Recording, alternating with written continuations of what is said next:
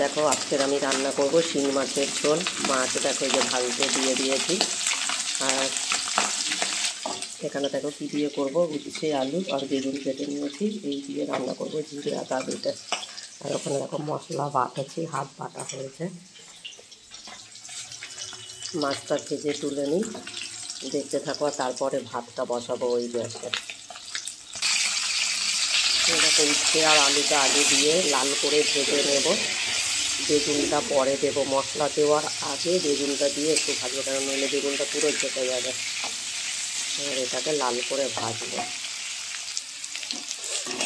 দেখো উচ্ছে আলুটা আমার লাল লাল ভাজা হয়ে গেছে। এবার এর মধ্যে আমি বেগুনটা দেবো। বেগুনটা দিয়ে একটু নেড়ে চেড়ে তারপরে আমি মশলাটা দেবো। দেখো ভাজা আমার ড্রাই হয়ে গেছে।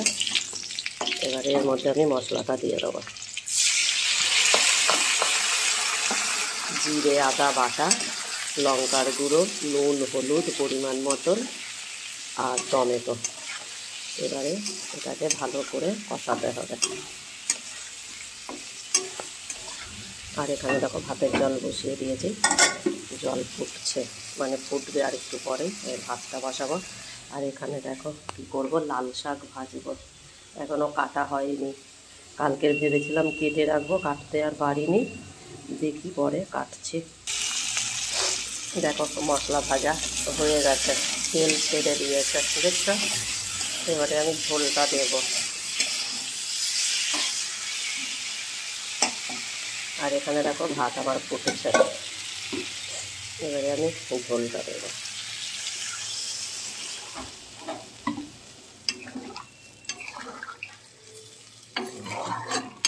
এর মধ্যে একেবারে মাছগুলোও দিয়ে দেবো, কেন শিং মাছ একটু শক্ত হয়ে যায় ঝোলে, একসাথেই দিয়ে দেবো। এবারে ভালো করে ফোটাবো।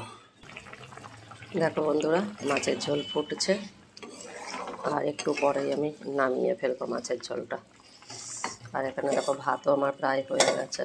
আর আমি কি করছি দেখো, এই যে লাল শাক কাটা শুরু করে দিয়েছি, কেন ভাজতে হবে তো। দেখো মাছের ঝোলের কালারটা কেমন হয়েছে দেখো বন্ধুরা, অসাধারণ কালার হয়েছে না। এরপরে আমি শাকটা ভাজবো, দেখতে থাকো তোমরা।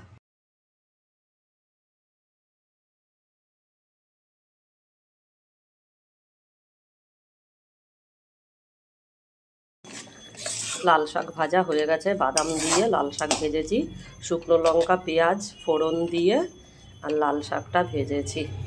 আর লাল শাকে একটু বন্ধুরা মিষ্টিও দিয়েছি, কেন শাকে একটু মিষ্টি না দিলে শাকের টেস্ট আসে না।